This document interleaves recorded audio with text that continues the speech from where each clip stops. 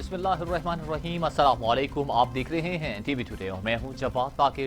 Head lines آپ نے ملاحظہ کی اور اب خبروں کی تفصیلات۔ ملک بھر میں سادگی کے ساتھ آزادی کا جشن، مساجد میں نماز فجر کے بعد ملکی ترقی کے ساتھ ساتھ کشمیری عوام کی طویل جدوجہد کی کامیابی کے لیے خصوصی دعائیں بھی کی گئیں۔ وفاقی دارالحکومت میں 31، صوبائی دارالحکومت میں 21 توپوں کی سلامی دی گئی۔ ایک نظر آزادی کے رنگوں پر۔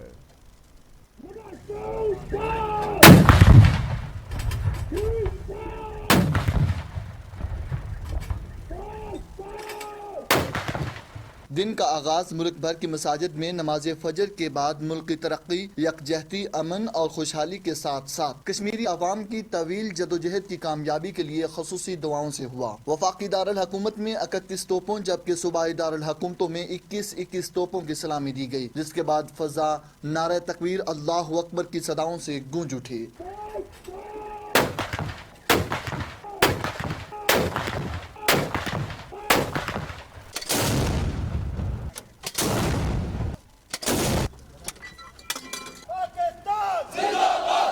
یوم آزادی پر گلی گلی، کوچہ کوچہ، چھوٹی بڑی شاہراہیں سبز ہلالی جھنڈیوں سے سج گئیں۔ جس طرف آنکھ اٹھائیں سبزے کی بہار دلوں کو لبھائے۔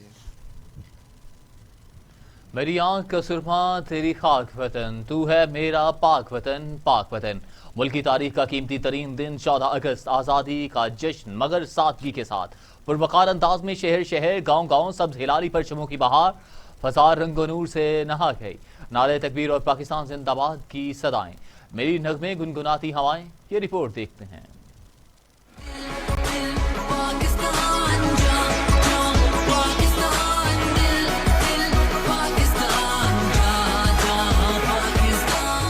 مملکت خداداد پاکستان کا 74واں یوم آزادی اس عزم کی تجدید کے ساتھ منایا گیا۔ جشن آزادی کو پوری شان و شوکت اور سادگی سے منانے کے لیے لوگوں نے گلی محلوں کو سبز ہلالی جھنڈیوں سے سجایا۔ قومی پرچم بھی چھتوں اور گاڑیوں پہ پوری آب و تاب سے لہراتے رہے۔